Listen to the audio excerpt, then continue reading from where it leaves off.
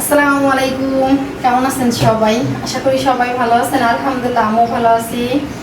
রান্নাঘর থেকে ভিডিওটা শুরু করলাম। আজকে রান্না করবো হচ্ছে ইলিশ মাছের মাথা, লেজা আর 2 পিস মাছ। সেদিনকে যে ইলিশ মাছ আনছিলাম সেই মাথা তো রান্না করা হয় নাই, আজকে রান্না করবো। আর ইলিশ মাছের মাথা কিন্তু খাইতে আমার অনেক ভালো লাগে। তা মাথা, লেজা 2 পিস মাছ রান্না করবো আজকে। আর ডাটা আর হচ্ছে আলু দিয়ে রান্না করবো ইলিশ মাছ। আজকে এক পথে রান্না করবো। দুজন মানুষ এক পদ রান্না করলেও তরকারি থাইকে যায়, 2 পদ রান্না করলেও থাইকে যায়। মানে প্রতিদিন কি রান্না করে নষ্ট করবো বলেন? টাকার কিনা মাল, খাও খাও তো আসে না। এই দেখেন, গতকালকে রান্না করছি সেই তরকারি কতগুলো রয়েছে, ফ্রিজ থেকে বের করলাম, এখন গরম করবো। শাক ভাজি ধরাই রয়েছে, কেউ খায় নাই। তাহলে আমি কি করব বলেন? 2-3 পদ রান্না করবো? এই এক পদ রান্না করলেই আমাদের মা মেয়ের এই এক পদ রান্না করলেই থাকে কইরা। 2-3 পদ কীভাবে রান্না করি বলেন? এজন্য টাকার কেনা জিনিস নষ্ট না করে অল্প অল্প করে খাই, তাও ভালো। কালকে পর্যন্ত অল্প অল্প করে 2 পদ রান্না করছি, তাই হয়ে গেছে। এই জন্য ভাবলাম আজকে ইলিশ মাছ ডাটা আলু দিয়ে রান্না করবো। তো দিয়ে ভাত চড়াই দিচ্ছি। ডাটা আলু এখন কাইটে পরিষ্কার করে নেই, তারপরে তরকারি রান্না করতে হবে। ভাত বরফ চলে আসছে। ভাত রান্না করা হয়ে গেছে। ভাত রান্না করার পরে যে ইলিশ মাছ রান্না করার জন্য মশলা কষাইতেছি। এই জায়গায় আহামরি তেমন মশলা না, ইলিশ মাছ রান্না করলে আমি আহামরি তেমন মশলা দিই না। এই জায়গায় হলুদ, লবণ, তেল আর সামান্য কিছু জিরা বাটা আর হচ্ছে পেঁয়াজ বাটা দিছি। অনেক সময় আমি জিরা বাটাও দিই না, পেঁয়াজ মরিচ বাটা দিয়ে হলুদ লবণ দিয়ে ইলিশ মাছ রান্না করি। এইভাবে রান্না করলে কিন্তু বেশি মজা লাগে। আজকে আবার একটু জিরা বাটাও দিছি। আর আদা বলেন, রসুন বলেন, এগুলো আমি ব্যবহার করি না। তো মশলাটা একটু কষানো হোক, তারপরে ভিতরে দিয়ে দেবো সবজি। মশলা কষানো হয়ে গেছে, এখন এর ভিতরে সবজি দিয়ে দেবো।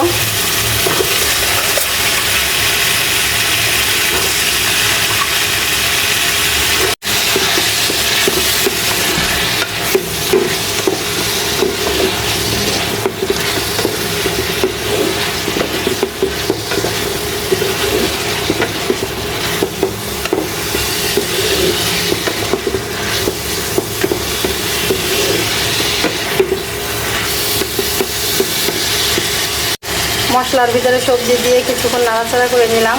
এখন দিয়ে দেবো কিছুটা পানি দিয়ে সবজিটা সুন্দর করে কষাই নিব। তারপরে দেবো হচ্ছে ঝোলের পানি। এই পানি দিয়ে কষাই নিই।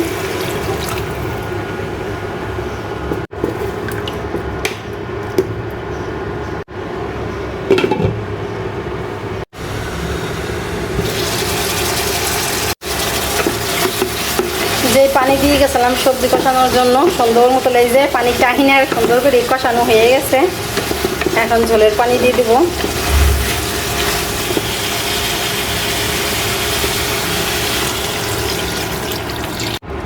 কে কীভাবে রান্না করে জানি না, আমি ইলিশ মাছ এইভাবেই রান্না করি। এখন এই যদি দিতেছি মাছ, এই পানি তো অনেক করেই দিলাম। এই ঝোলের পানি টানবে আর এই মাছ জাল হবে। এইভাবে রান্না করলে মাছ হয় কি, আমার কাছে অনেক ঘ্রাণ কয় আর স্বাদ লাগে। অনেকে কষায় ভাইজে খায়, কিন্তু আমি কাঁচা ইলিশ মাছে যে এইভাবে রান্না করে খাই। এইভাবে রান্না করলে দেখা যায় কি সুন্দর একটা ঘ্রাণ থাকে তরকারিতে আর স্বাদ হয় ভালো, যেহেতু মশলা কম দেওয়া। তো জাল হোক।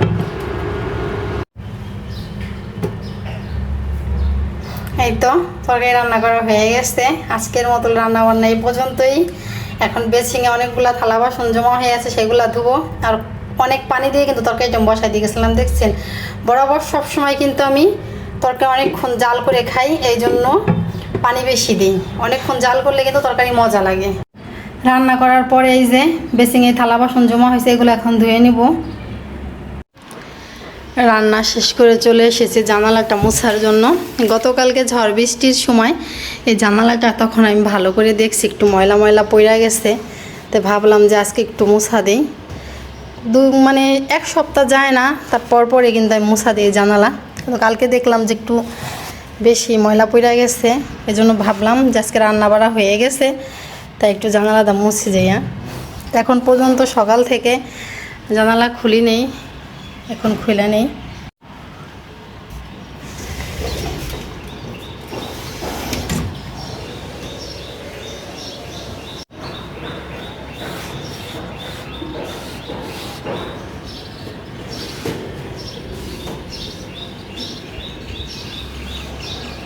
এই যে জানালার গ্রিল করে কি সুন্দর করে মুছে নিছি, দেখেন এখন ঝকঝক করতেছে।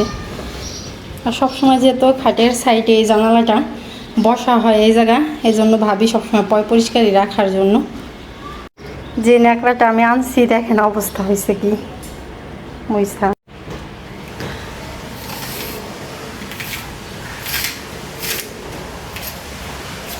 জানালা মোছা হয়ে গেছে, এখন পর্দাগুলো একটু এদিক দিয়ে দিই।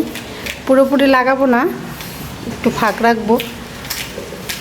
এই জানলা দিয়ে আবার সুন্দর বাতাস আসে।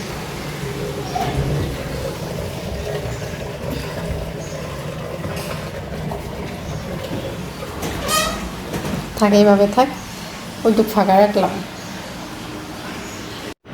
জানালা মুছে এসে দেখি ফ্রিজে কাইটে রাখা মালটা ছিল, সেই কাইটে রাখা মালটা আমার মেয়ে বের করছে। ও খাইছে, আমার জন্য এগুলো রাখছে। তা আমি এখন খাবো, একটু গরম লাগতেছে, আর এই ঠান্ডা মালটা এখন খাইতে কিন্তু ভালোই লাগবে। একটু টকটক লাগতেছে, তাও ভালো লাগতেছে। আপনাদের একটা জিনিস দেখাই, দেখেন মানুষ টাকার জন্য, বিশেষ করে পুরুষ মানুষ, মহিলা মানুষ না, পুরুষ মানুষ দেখেন টাকার জন্য কত ঝুঁকিপূর্ণ কাজ করে। ও এই জায়গা সাধারণত একটা দড়ির সিপটিতে, এই যে জানালা দই পাশ দাবাই দিয়ে নিছে কোমর, একটা দড়ির সিপটিতে ওই জায়গা দাঁড়া দাঁড়াই মোটরের মানে পাইপের কাজ করতেছে।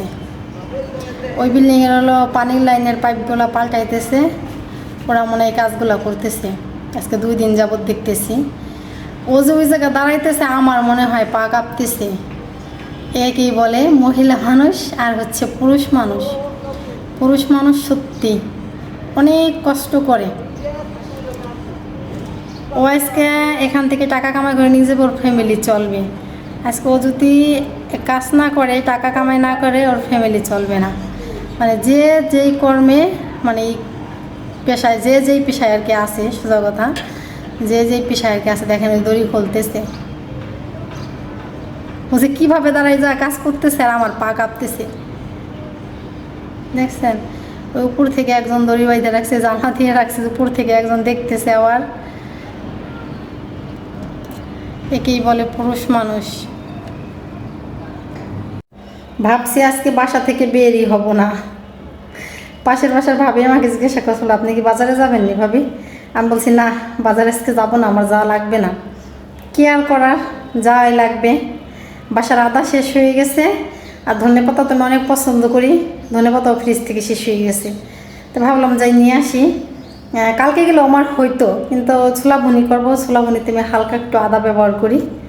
তো যাই নিয়ে এসি যাইয়া। যেহেতু বাসার বাজার আমি করি, আমাদের বাসায় কোনো পুরুষ মানুষ নাই, সময় নাই, অসময় নাই, যাইতে হয় বাজারে। এই জন্যই ভাবছি আজকে যাবোই না বাজারে, কিন্তু কি আর করা, যাওয়াই লাগতেছে। রাস্তার অবস্থা কি রে আল্লাহ, কাদার কি গন্ধ।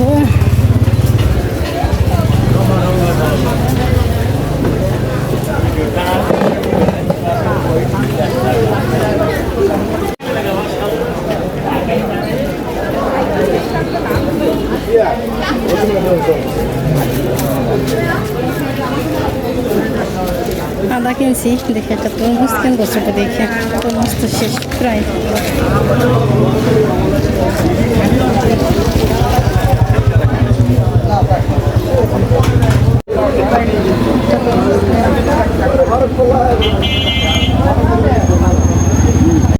বাজারে গেছি ধনেপাতা আর আদা আনার জন্য। ধনেপাতা আনি নিয়ে আদা নিয়ে এসছি, আর তরমুজ আনার কোনো কথাই ছিল না। কাকা বলে কিনে আও, মা নেও। একবার চলে আসছি, পরে আদা কিনে আবার যেই আনলাম, দেখলেন আপনারা তরমুজটা। যাই দিয়ে কাকা কাইটে বসে রয়েছে। তো তরমুজের সাইজটা কিন্তু অনেক ছোটো, আর এখন বেশি বড় তরমুজ পাওয়া যায় না, ছোটো সাইজের তরমুজ পাওয়া যায় বেশি। আর শেষ সময় তো তরমুজগুলো ভালো হয়। এই দেখেন তরমুজের কালার দেখছেন। এটা ফ্রিজে রাখবো এখন, ফ্রিজে রাখলে আরও মিষ্টি হবে। ফ্রিজে রেখে দেবো এখন।